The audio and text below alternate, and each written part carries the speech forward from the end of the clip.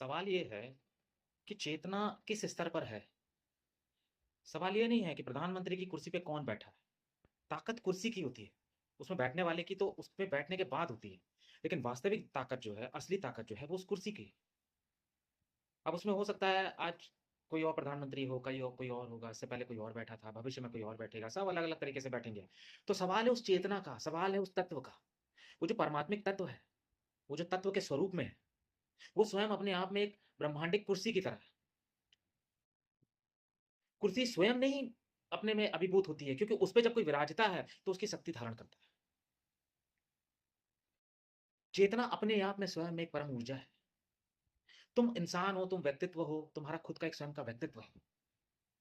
अब तुम उसमें जीसस को बैठा रहे हो, कि मोहम्मद को बैठा रहे हो, कि कृष्ण को, कि राम को, कि साईं को, या किसी देवी को, देवता को, या किसे बैठा रहे हो? नानक को, अपने गुरु को, या खुद को, या स्वयं की आत्मा को, या खुद को खो के। तो सवाल बैठने वाले का नहीं है, वो किस पे बैठ रहा है उसका है। क्योंकि जो उस पे बैठेगा, वो उसके जैसा हो जाएगा। सवाल ये नहीं है कि मोहम्मद अच्छे थे, नहीं थे, बुरे थे, क्या थे, नहीं था, वो तो पास्ट की बात है। सवाल ये नहीं है कि राम तीर्थ कैसे थे, सवाल ये नहीं है कि गुरु नानक कैसे थे, सवाल ये नहीं है कि राम अच्छे थे, बुरे थे या क्या थे, रावण कैसा था, किस तरीके से, सवाल ये नहीं है। सवाल ये है कि आपने उस परमात्मिक चेतना में किसको धारण करवाया है या किसकी धारण की अभिभूत होके जी रहे हैं। आप परमात्मिक तत्व में जिस अवस्था में परमात्मिक तत्व को मानोगे, जिस अवस्था में, चाहे प्राकृतिक अवस्था में, चाहे किसी मंदिर मूर्ति पूजा की अवस्था में, चाहे किसी मजार की अवस्था में, चाहे किसी गुरुद्वारे की अवस्था में, चाहे राम, कृष्ण या किसी भी अवस्था में, बाल स्वरूप में, जवान के स्वरूप में, बांसुरी वाले के स्वरूप में, युद्ध के क्षत्रिय के रूप में या एक शांत महावीर या बुद्ध के रूप में, वो आपके ऊपर है। आप जिस तत्व को, जिस अवस्था में, जिस भौतिक तत्व को किसी भी अवस्था में धारण करोगे, लेकिन उसमें जो चेतन की जो शक्ति है, वो आप ही निर्मित करोगे। अब सवाल ये नहीं होता कि कुर्सी पे कौन बैठा है, सवाल ये है कि क्या कुर्सी पे बैठा है, क्या कुर्सी ताकत तो सारी कुर्सी की है ना, इंसान की नहीं है। उस कुर्सी की ताकत है। लोग गुलाम उस कुर्सी के हैं, लोग आज्ञा उस कुर्सी की मानते हैं, उस व्यक्तित्व की नहीं मांगते। तो आप चाहे राम को बैठाओ, कृष्ण को बैठाओ, किसी को भी बैठाओ, जो भी आपकी भावनाओं में हो। इसीलिए जब विदेशी लोग जहाँ जीसस को मानते हैं, कोई सुकरात को मानता है, कोई ध्रुत को मानते मानते हैं, या कोई मीरा को मानता है, कोई कृष्ण को, कोई बुद्ध, महावीर, ये किस सब जैन। अब हर इंसान अपनी जगह पे प्रतिभाशाली है, हर इंसान पे अलग जगह की प्रतिभा है। अब तुम बोलोगे कि भारत से ज्यादा संपन्न सऊदी अरेबिया है, भारत से ज्यादा ताकतवर अमेरिका है, चाइना है, वहां कुत्ते भी खाते, बिल्ली भी खाते, लेकिन उनके भी अपने ईश्वर हैं, उन्होंने अपने तत्व के हिसाब से अपने ईश्वर को बैठा रखा। उनका अपनी श्रद्धा है, लेकिन तत्व उनने बनाया। तो सवाल यह है कि तुम अपने तत्व को कितना मजबूत बनाते हो। उन्होंने अपने तत्व से सीखा है, जाना है, पहचाना है, उन्होंने अपने तत्व को ज्यादा धारण किया है। अब सवाल यह है कि क्या तुमने अपने तत्व को ज्यादा धारण किया है? क्योंकि तुम अंधविश्वास में ज्यादा बह गए, वैज्ञानिक में नहीं बह गए। क्योंकि परमात्मा को पाने के लिए भी वैज्ञानिकता चाहिए। भक्ति क्या है? भक्ति भी अपने आप में एक वैज्ञानिकता है, स्वयं को छोड़ने की, मन से पार जाने की, आविर्भूत होने की, आत्मसमर्पण करने की, वो भी एक वैज्ञानिकता है। स्वयं को जानना भी एक वैज्ञानिकता है। तुमने अपने आप को कितना खोदा, अपने शरीर को कितना खोदा, अपने आप, अपनी खोज, अपनी संदेह को कितना बड़ा किया, कितने तुम्हारे अंदर प्रश्न थे, कितनी तुम्हारी जिज्ञासाएं थी, क्या तुमने अंधे श्रद्धा में सब चीजें मान ली? किसी ने तुमसे कहा, तुमने मान लिया। किसी ने तुमसे पुकारा, तुमने मान लिया। किसी ने तुम्हें दिखाया कि ये है, अगर माथा टेको, तुमने मान लिया। क्या तुमने खोजा? क्या तुम घुसे? क्या तुम जाने? क्या तुम पहचाने? क्या तुम उसकी तल्लीनता में रहे? जो कुछ लोग तल्लीनता में रह गए, उन्होंने पाया, उन्होंने जाना। बाकी अब सब अंधश्रद्धा में ही चले गए। इसलिए वो गरीब रह गए। इसलिए वो समाज की आपाधापी में ही रह गए। वो जीवन के संघर्ष में ही जी रहे हैं। उनके पास सब होने के बाद भी जीवन में संतुलन नहीं है। इसलिए तुमने देखा है, भारत में ही सबसे ज्यादा अमीर मिलेंगे, भारत में ही सबसे ज्यादा गरीब भी मिलेंगे। क्योंकि जिसने तत्व के रूप में अपने आप को धारण कर लिया, उसने समाज के ऊपर तो ऊंचाइयां पाई ही पाई, लेकिन उसने संसार के ऊपर भी ऊंचाई पा ली। जब हमारे यहाँ कोई इंसान सिद्ध निकल जाता है ना, तो फिर पूरी वर्ल्ड में उसका डंका बजता है। क्योंकि फिर वो उसने अपने तत्व को, जब हमारी सभ्यता में, हमारे सनातन में उस तत्व को धारण करने की जितनी ज्यादा संभावनाएं थी, उतनी किसी में नहीं थी। हम ही ऐसे व्यक्ति हैं, या भारत ही एक ऐसा व्यक्ति है, या एक अपने आप में एक पुरुष प्रधान या स्त्री प्रधान तत्व में भारत है, जिसमें तुम कह सकते हो कि परिवार की आधारशिला बनती है। यहाँ परिवार टिकते हैं। यहाँ माता पिता से, दादा दादी से, परदादा दादी से, सास बहू, काका नाना मौसी चाचा, सबसे एक ग्रुप बन जाता है, एक फैमिली बन जाती है। परिवार की आधारशिला क्या है? आपके मनुष्य होने का प्रमाण है। यद्यपि कुछ लोग कहते हैं कि परिवार होना ही बेकार है, सब बेकार है। नहीं, परिवार को गठित करने के लिए जो तुम्हारी आत्म चेतना चाहिए, वो भारत ने कभी ना कभी जगाई थी। परिवार बड़ी प्यारी चीज है। तुम्हारे सुखों को बढ़ा देती है और तुम्हारे दुखों को घटा देती है। तुम्हारे अकेलेपन को भी दूर देती है और तुम्हारे तनाव को भी मुक्त कर देती है।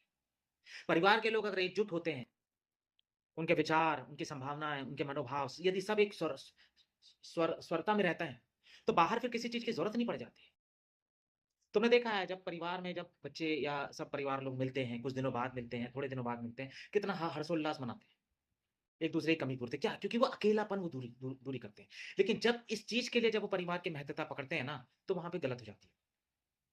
क्योंकि जो लोग तुम्हारे यहाँ 5 दिन के लिए आए हैं, तुम्हारे रिश्तेदार, अगर वही 5 दिन की जगह 5 महीने रह जाएँगे, तुम्हारी लड़ाई शुरू हो जाएगी, तुम्हारा अकेलापन वापस से बन जाएगा। तुम अभी 3 लोग थे तो अकेलापन महसूस कर रहे हो, 6 लोग हो जाओगे तो भी अकेलापन महसूस कर।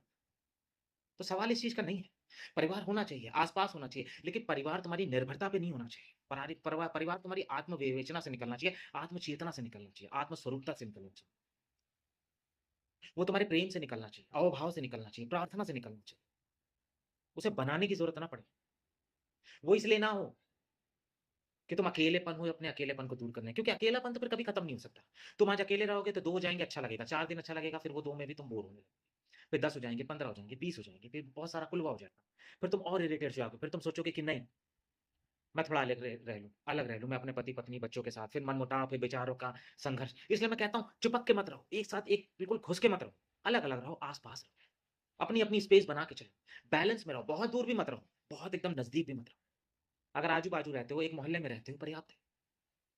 एक घर के अंदर एक साथ इकट्ठा मत रहो क्योंकि वो परिवार में कलह मचेगा ही मचेगा। क्योंकि विचार आदमी के अलग-अलग होते हैं और चाहिए सबको एक ही चीज़, लेकिन विचार सबके अलग-अलग हैं।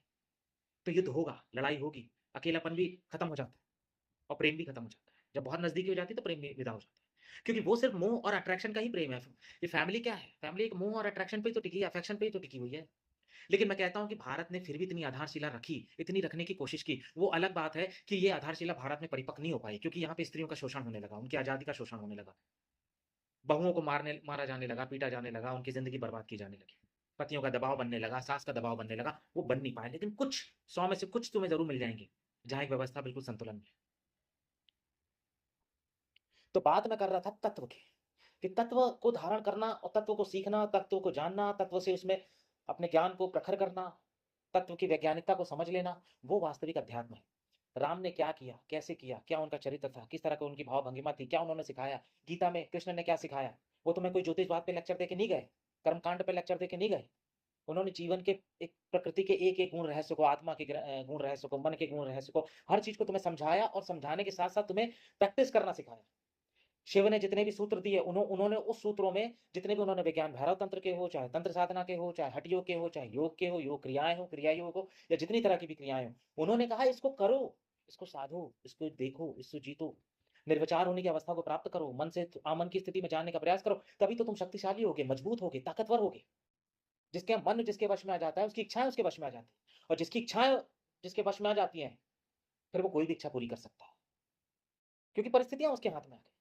लेकिन वो दूरी पाने के लिए भी तुम्हें पहले निर्विचार की अवस्था में जाना होगा, उसे पहचानना होगा, उससे निकलना होगा अहंकार से। इसलिए सवाल व्यक्ति का नहीं है, सवाल है उस तत्व का। तो तत्व क्या है? वो एक प्रधानमंत्री या राष्ट्रपति या विधायक या चीफ मिनिस्टर या कमिश्नर या आईएएस, आईपीएस उनकी कुर्सी की तरह है। पावर उस कुर्सी में है, तो पावर उस तत्व में है और तत्व को धारण तुम किसके माध्यम से कराते हो, उससे कोई फ़र्क नहीं पड़ता।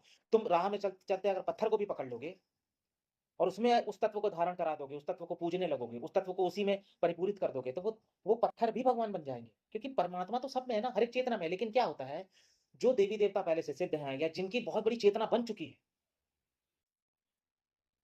जो पूर्ण रूप से पहचान में है, जिन्हें तत्व के रूप में कई लोगों ने जाना, पहचाना, चाहे वो तुम्हारे शिव हो, चाहे वो तुम्हारे जीसस हो, चाहे कोई भी हो, चाहे वो कृष्ण हो, गणेश जी हो, जिनको लोगों ने उस तत्व में जान लिया,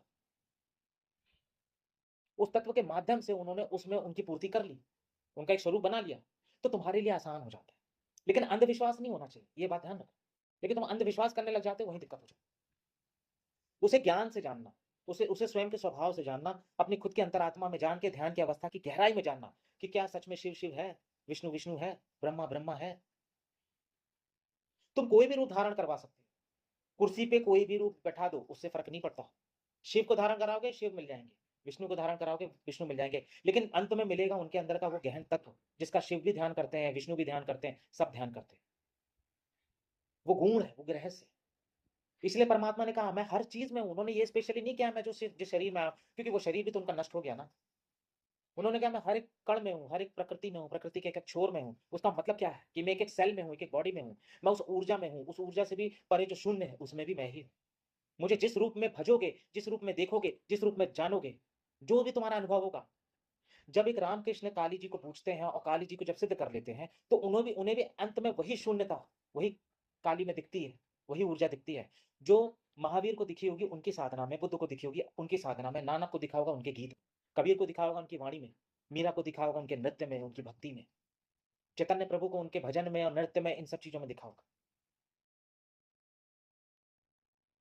तुम किस स्वभाव के हो, पहले अपने स्वभाव को पकड़ो और जिसके आगे समर्पण करना है कर दो। क्योंकि सारी शक्तियाँ, सारी चेतनाएँ समस्त जगत में फैली हुई हैं। लेकिन जिन लोगों ने जिन देवी-देवताओं को या जो भी तुम्हारे भगवान हैं या जो भी तुम्हारे अवतार हैं, उनसे कहीं न कहीं अपनी चेतना जोड़ ली थी, तो उससे थोड़ा आसानी हो जाती है। थोड़ा क्या बहुत आसानी हो जाती है। क्योंकि उससे पहले से ही उसका एक ग्राउंड बना हुआ है। आप समझ रहे हो ना मेरी बात? अब जैसे मान लो आप जाते हो, आप दुकान में पतंग खरीदते हो।